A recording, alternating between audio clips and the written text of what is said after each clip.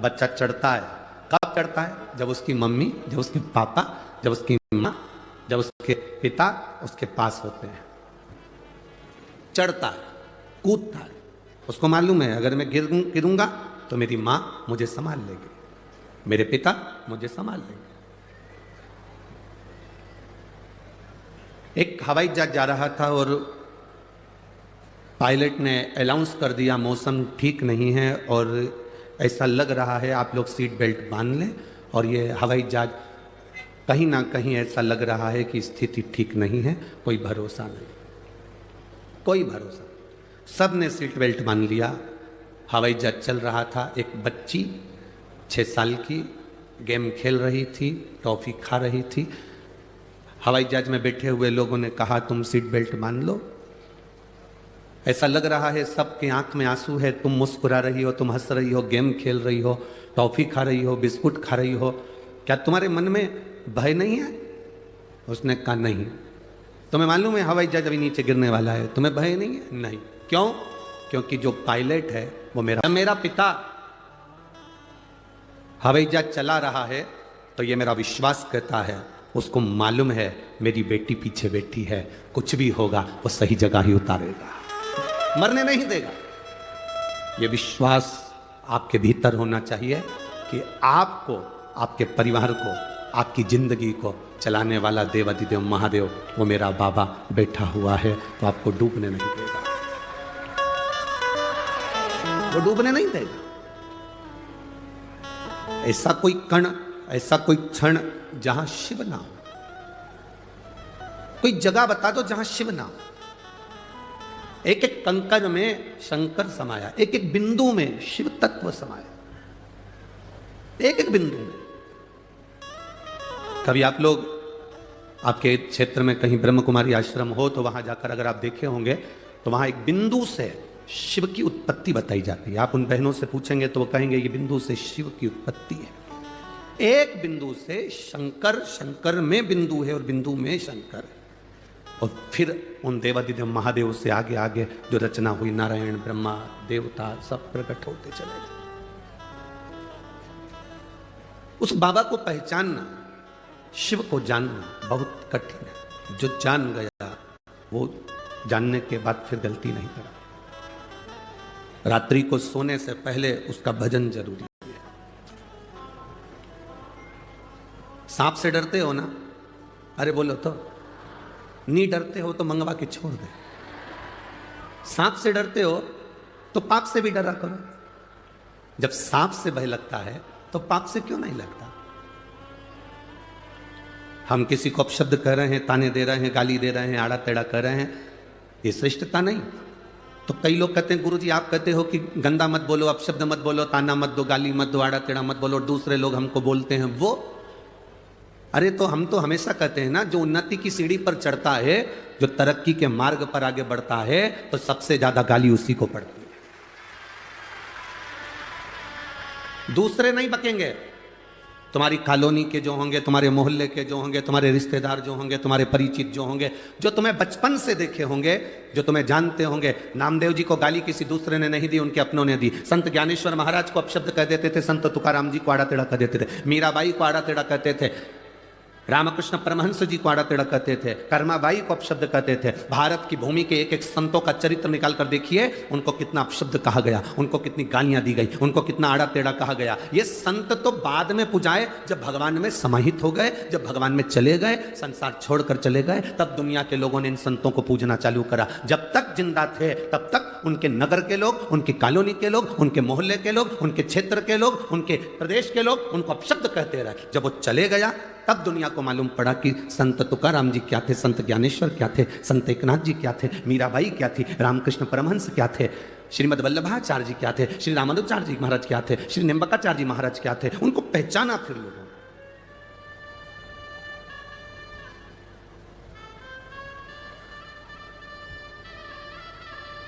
चर्चा किसकी होती है? जो मर गया उसकी कभी चर्चा होती है क्या? अरे जम के तो बोलो। जो जिंदा है, जिसकी हस्ती है, जिसको लोग जानते हैं, उसी की चर्चा होती है। जिसकी हस्ती ही नहीं, जिसको लोग पहचानते ही नहीं, लोग उसको कुछ नहीं कहते। जितनी गाली दुनिया में किसी को नहीं पड़ती होगी, उतनी गाली बेचारे मोदी को पड़ती होगी।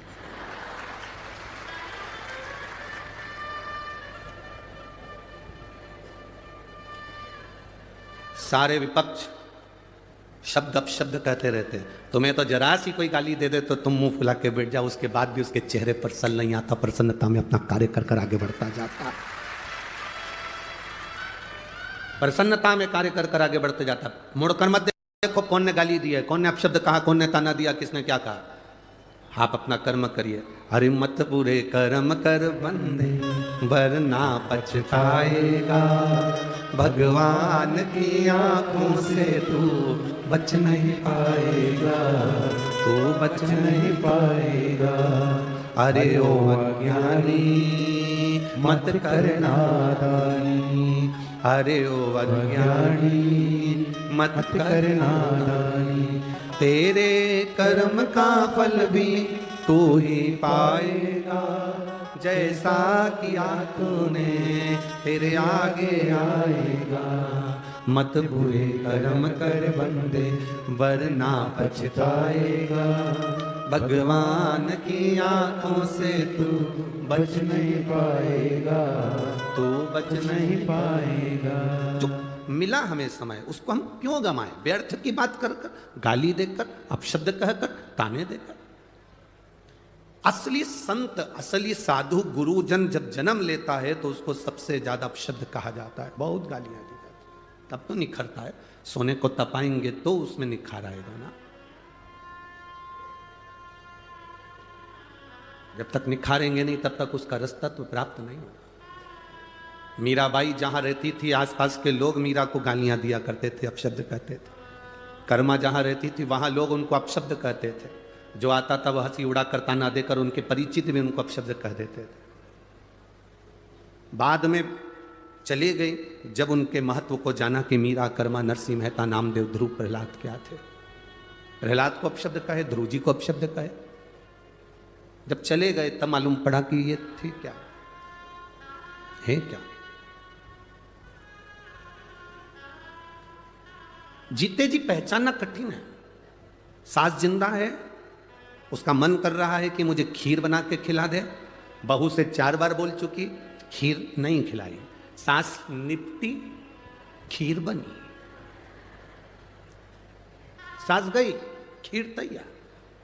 अब सास को नहीं, उसका फोटो जो लगा हुआ है स्माइल देता हुआ, बस वो कंडा जलाकर, गाय की गोबरी जलाकर, उसको जलाने के बाद थोड़ी सी पूड़ी और खीर उसमें छोड़कर फिर प्रणाम। सास फोटो में विचार कर रही, मैं कहते कहते मर गई तो नहीं खिलाया। मरने के बाद पूड़ी और खीर को मिला के फोटो में चिपकाया। सास बिचारी सिर पे पल्लू डाली, फोटो में ऐसी कैसी मुस्कुराती रही, पूड़ी चिपकी रही, फिर चिपकी, चिपक गई। फिर अगला साल आएगा, फिर खीर पूड़ी चिपक जाएगी, फिर चिपके। अब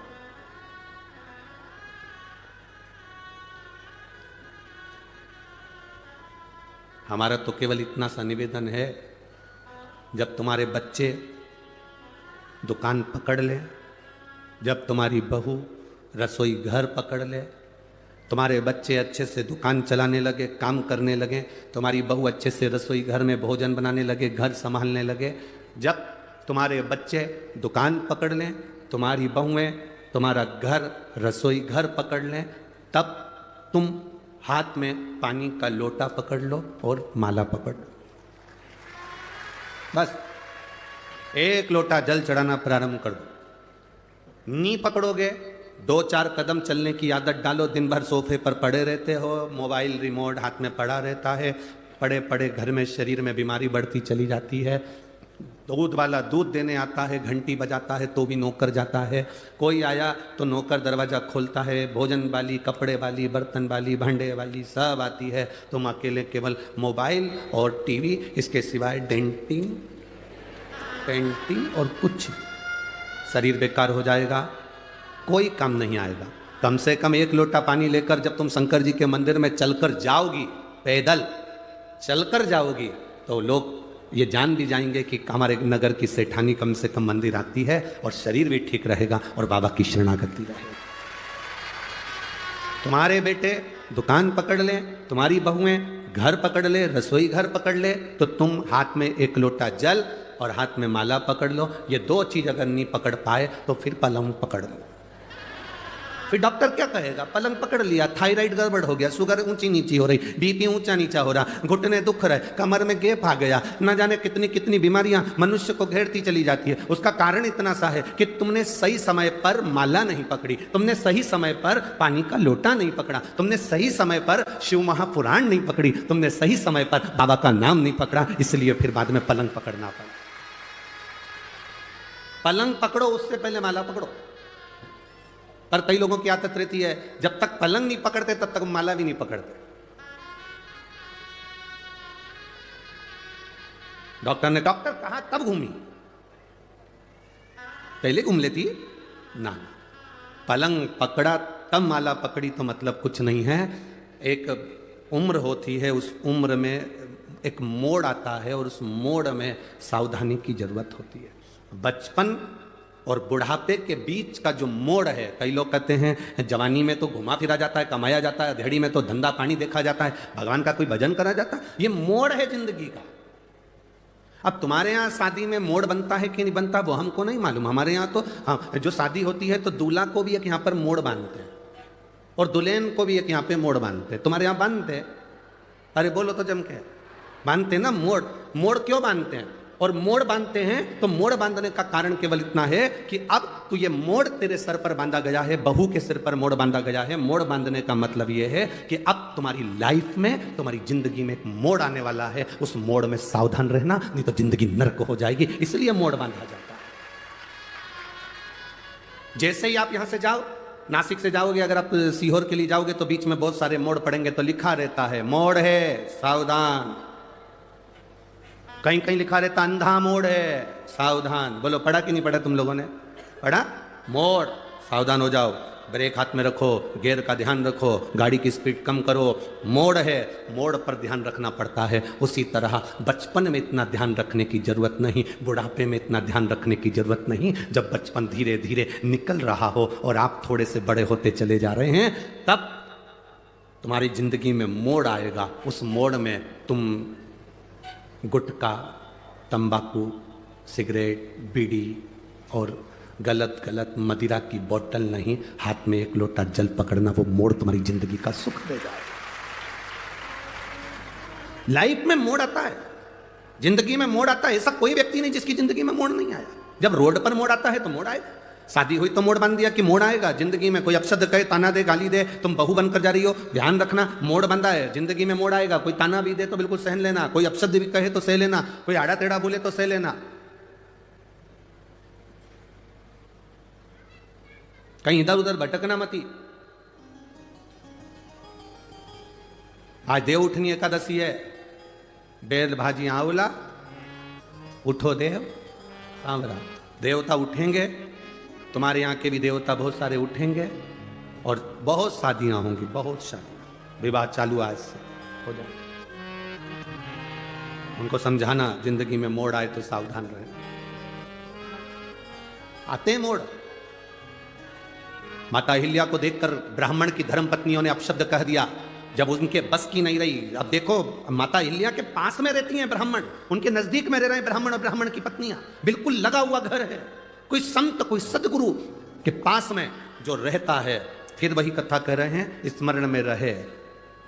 तीन को समझाना सबसे कठिन काम है। एक अपनी पत्नी को, दूसरा अपने पुत्र को और तीसरा अपने पड़ोसी को।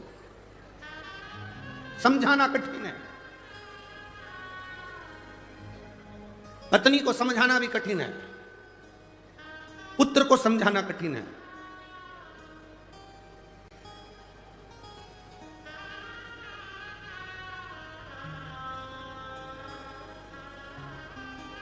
और पड़ोसी को समझाना कठिन, बहुत कठिन काम। ये पड़ोसी, ये रिश्तेदार, नातेदार जो आसपास में रह रहे हैं, वो आपके लिए अच्छा बहुत कम मात्रा में बोलेंगे, इतना स्मरण रखना। दुनिया के लोग आपकी तारीफ कर देंगे, पर आपके नजदीक रहने वाला आपकी तारीफ नहीं करेगा, वो कुछ ना कुछ तुम्हारी बुराई कर देगा, आप शब्द कह देगा। कौन? किसको जानते हो? कहीं जाकर आप अपने नजदीक में कोई रह रहा, उससे पूछ, अरे कौन? प्रदीप मिश्रा। हट,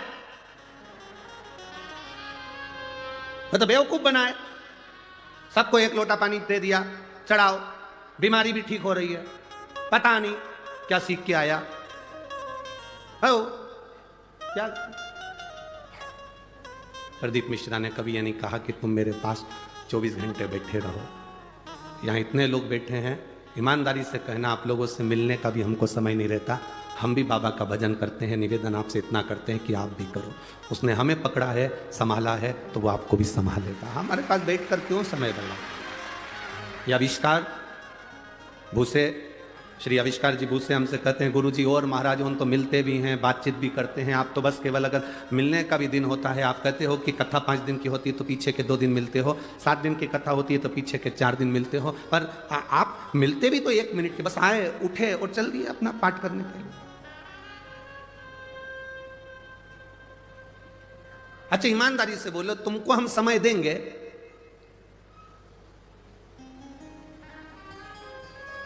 तो हमारे दुख की घड़ी में तुम क्या हमको समय दोगे? सब अपने अपने खेत में, दुकान पर, नौकरी में लगे रहोगे। उसको समय देंगे तो वो हमारी दुख की घड़ी में हमारे सामने खड़ा मिले, तकलीफ की घड़ी में वो खड़ा। पर आपकी आदत ऐसी होगी, तुम अपने रिश्तेदार को समय देते हो बहुत, शादी में समय देते हो बहुत, फैशन में समय देते हो बहुत, खाने में समय देते हो बहुत, जितने स्टॉल लगे हैं शादी में सब निपटाते हो सब। भले पानी पूरी के लिए मुंह कितना ही चौड़ा करना पड़ा, पर खाते जरूर, समय देते। श्रृंगार में समय दिया, रिश्तेदार को समय दिया, परिवार को समय दिया, बेटे को समय दिया, बेटी को समय दिया, कुटुंब को समय दिया, सबको समय दिया। और एक बार एक्सीडेंट हो गया, कहीं बीमारी आ गई, वेंटिलेटर पर पड़े हो, वेंटिलेटर पर पड़े हो, बीमारी आ गई, एक्सीडेंट हो गया, तकलीफ आ गई, कष्ट आ गया, आखिरी का समय पलंग पर पड़े हो। अब अंदाजा लगाना कौन कितना समय दे रहा। बेटियां भी बांट लेती हैं, तू मम्मी को देखने कब जाएगी, तू 8 दिन चली जाना, फिर पीछे के 8 दिन में चली जाऊंगी क्योंकि बच्चों की एग्जाम है।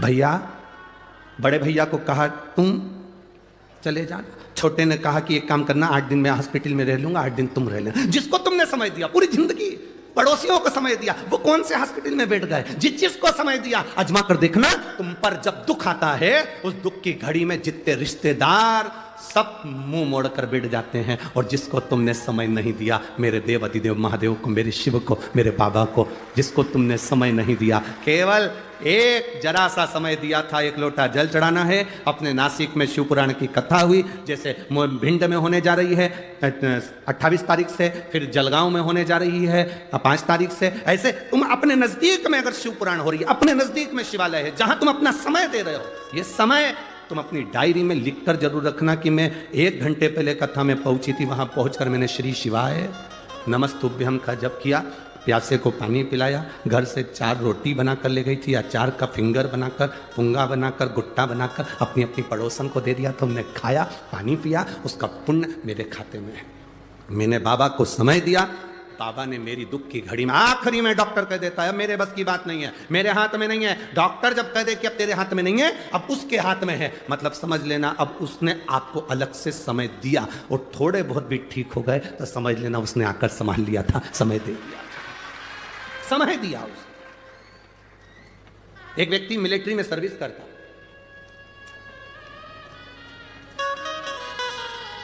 एक पत्र तो यही पढ़ लो, देखो वो मिलिट्री का तो ठीक है। मैं चित्रा ईश्वर परदेसी, रहने वाली हूँ कालाराम मंदिर के पास, पंचवटी, नासिक। कहीं बैठी हैं हाथ उठा सकती हैं या स्वयं खड़ी हो जाए। अगर कहीं बैठी हो तो खड़ी हो या हाथ हिला। मैं चित्रा ईश्वर परदेसी, रहने वाली हूँ कालाराम मंदिर के पास, मेरा मोबाइल नंबर ये है। कहीं बैठी हो तो हाथ हिला सकती हैं, कहीं पर बैठी हो तो अपना हाथ हिला सकते हैं। मैं चित्रा ईश्वर परदेसी, रहने वाली कालाराम मंदिर के पास, पंचवटी, नासिक, मेरा मोबाइल नंबर ये है। आप लोग टीवी स्क्रीन पर, आस्था चैनल पर या एलईडी पर इस पत्र को हमारे साथ में पढ़ सकते हैं। हम जितने पत्र पढ़ते हैं आप सबको पढ़ सकते हैं हमारे साथ में। अपनी अपनी एलईडी पर पत्र को अवश्य पढ़ें।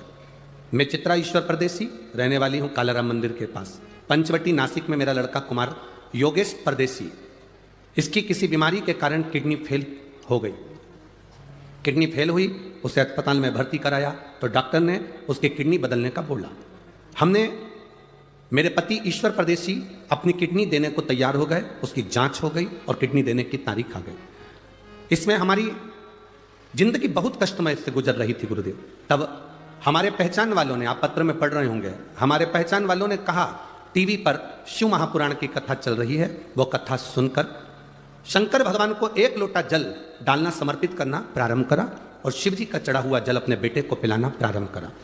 बेटे की किडनी बदलना थी, उसके डायलिसिस होते थे, इतने डायलिसिस होते थे कि 2 दिन के अंदर डायलिसिस का क्रम चलता था। अब किडनी बदलने की तारीख आ गई। एक बार वापिस डॉक्टर के पास उनको ले जाया गया। डॉक्टर देखकर अचंभे में पड़ गया, आश्चर्य में पड़ गया कि इसकी किडनी ने काम करना प्रारंभ कर दिया और डायलिसिस भी बंद हो गया, दवाई भी नहीं खा, डायलिसिस भी बंद हो गया और बाबा ने उसको संभाल लिया।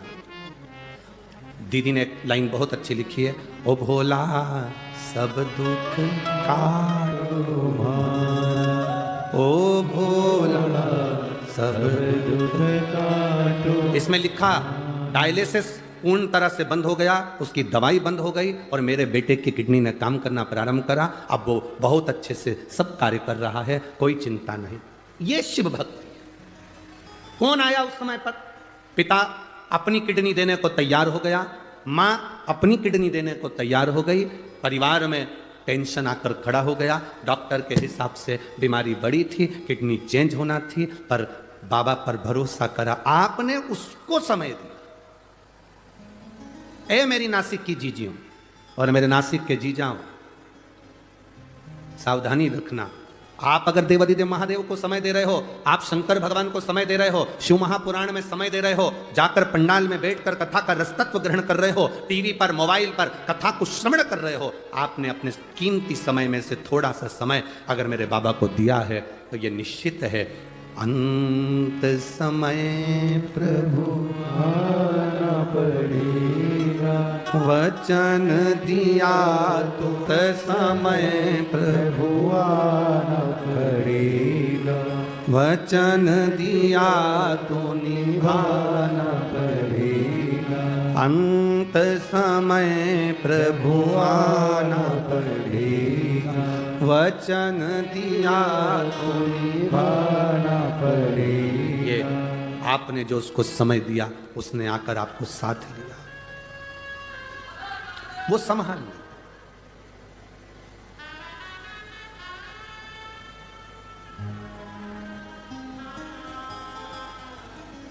सारी समस्या का हल।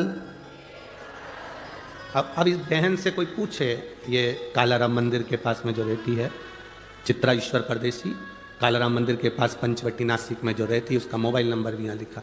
इस बहन से कोई पूछे कि ऐसा कभी हो सकता है डॉक्टर के हिसाब से कि किडनी बदलने जा रही हो, डायलिसिस चल रहे हो और वो सब ठीक हो सकता है? क्यों नहीं हो? जब आप भगवान के भरोसे रहते हो, उस पर सब कुछ छोड़ देते हो। एक पत्र में एक भाई मिलिट्री में जॉब करता था और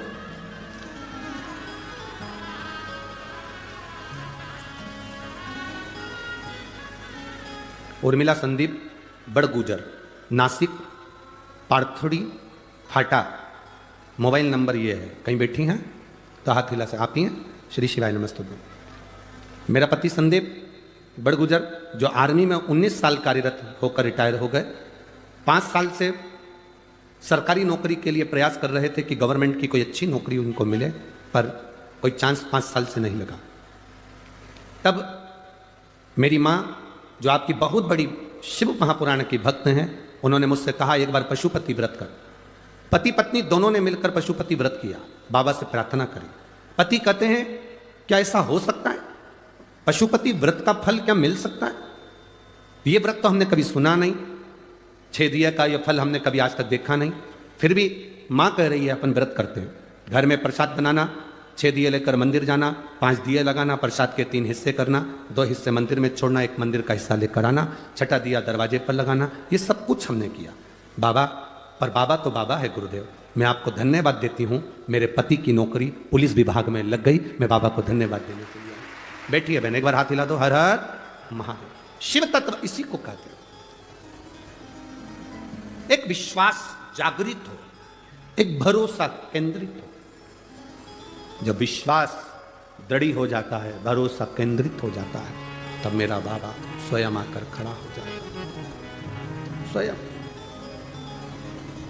लाखों के दुखड़े जो तू हर गया डमरू वाले, मेरे दुखड़ों को देख कर क्यों डर गया डमरू वाले।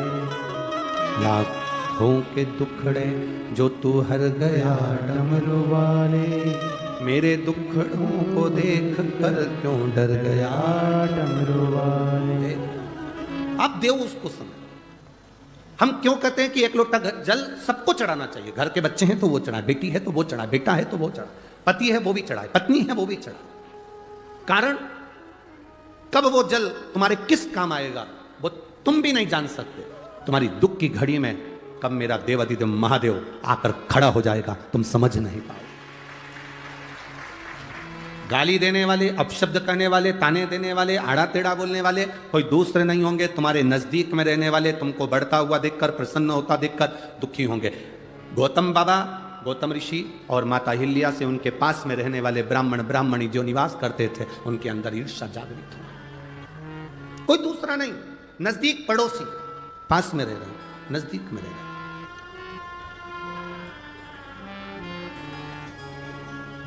आप कभी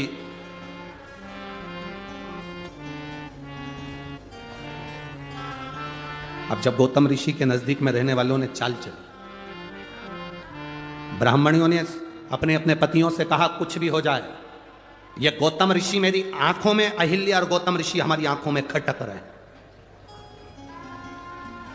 जब व्यक्ति बहुत उन्नति की ओर बढ़ता जाता है, तरक्की की ओर बढ़ता जाता है, तो कई लोग ऐसे हैं नजदीक में रहने वाले, उनकी आंखों में खटकने लगता है।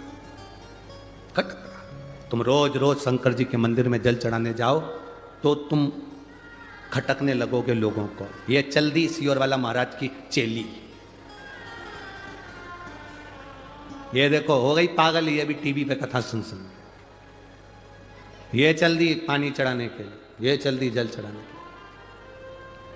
आग लगे बस्ती में, क्या किसको रोइए, चादर तान के कहने दो, बोलने दो। अब शब्द कहेगा, कहने दो। माता अहिल्या को देखकर नजदीक में रहने वाली ब्राह्मणी ने अपने पतियों से कह दिया, ये खटक रहे हैं। अपने नजदीक में रहने वाला कोई ऐसा होगा, बहुत सारे ऐसे होंगे जो तुम उनको खटकोगे। इसका नाम क्यों चल रहा है, इसकी शोहरत क्यों, इतना पैसा कहां से आ रहा है, इतना धन कैसे आ रहा है, इतना बड़ा निर्माण कैसे कर लिया, इतना धन कैसे कमा लिया, इतना वैभव कैसे, इसको लोग क्यों पूछते हैं, इसको क्यों मानते हैं लोग, इसकी बात महादेव भी क्यों मान लेते हैं। ये कथा में कहते हैं, भजन में कहते हैं, स्मरण में कहते हैं, क्यों स्वीकार करते हैं। बहुत को खटके। गौतम ऋषि और माता अहिल्या क्यों खटके नजदीक वालों को, उसका कारण इतना सा था, नगर में पानी नहीं गिरा, क्षेत्र में पानी नहीं गिरा।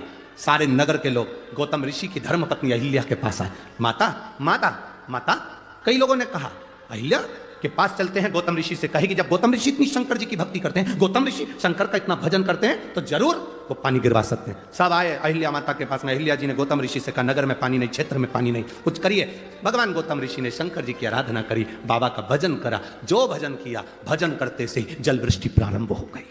जल वृष्टि प्रारंभ, अब जल वृष्टि हो गई, चारों तरफ जय जय घोष हो गई। गौतम ऋषि की जय हो, माता अहिल्या की जय हो। धन्य है ऐसे ऐसे ऋषिवर, धन्य है ऐसी माता, धन्य। पूरे नगर में हाहाकार मच गए, क्षेत्रों में हाहाकार मच गए। दुनिया के लोग गौतम ऋषि से मिलने के लिए आने लगे, उनको प्रणाम करने आने लगे, उनको नमन करने लगे। माता अहिल्या की जय जयकारी होने लगी। बड़ी सतीवान है, बड़ी पतिव्रता, परमेश्वर को मानने वाली है, उसकी जय जयकार होने लगी। वो जय जयकार इन ब्राह्मण की पत्नियों को नहीं सुहाया, जो पड़ोस में रहते थे उनको नहीं सुहाया। तुम्हारी जय जयकार, तुम्हारी प्रबलता लोगों को नहीं सुहाएगी, पर तुम घबराना ना नहीं, पड़ोसन ने कह दिया ये खटक रहे, इनको निकालो। और तब ब्राह्मणों ने गणेश जी का हवन करा। गणेश जी आए, कहा इन पर तुम गौ हत्या का दोष लगा दो। गणेश जी बोले ऐसा मत करो। क्यों कर रहे हो, उसने क्या बिगाड़ा तुम्हारा? कुछ तुम्हारे गाली दी, अपशब्द कहा, कभी तुमसे मिला, कभी तुमसे आड़ा टेढ़ा कहा, कभी तुम्हारा मिलन हुआ, कभी तुम्हारे लिए उसने कुछ अपशब्द कह दिया? नहीं, तो फिर तुम क्यों कह रहे हो? नहीं, हमको खटक रहा, हमको खटक रहा, हमको ठीक नहीं लगा,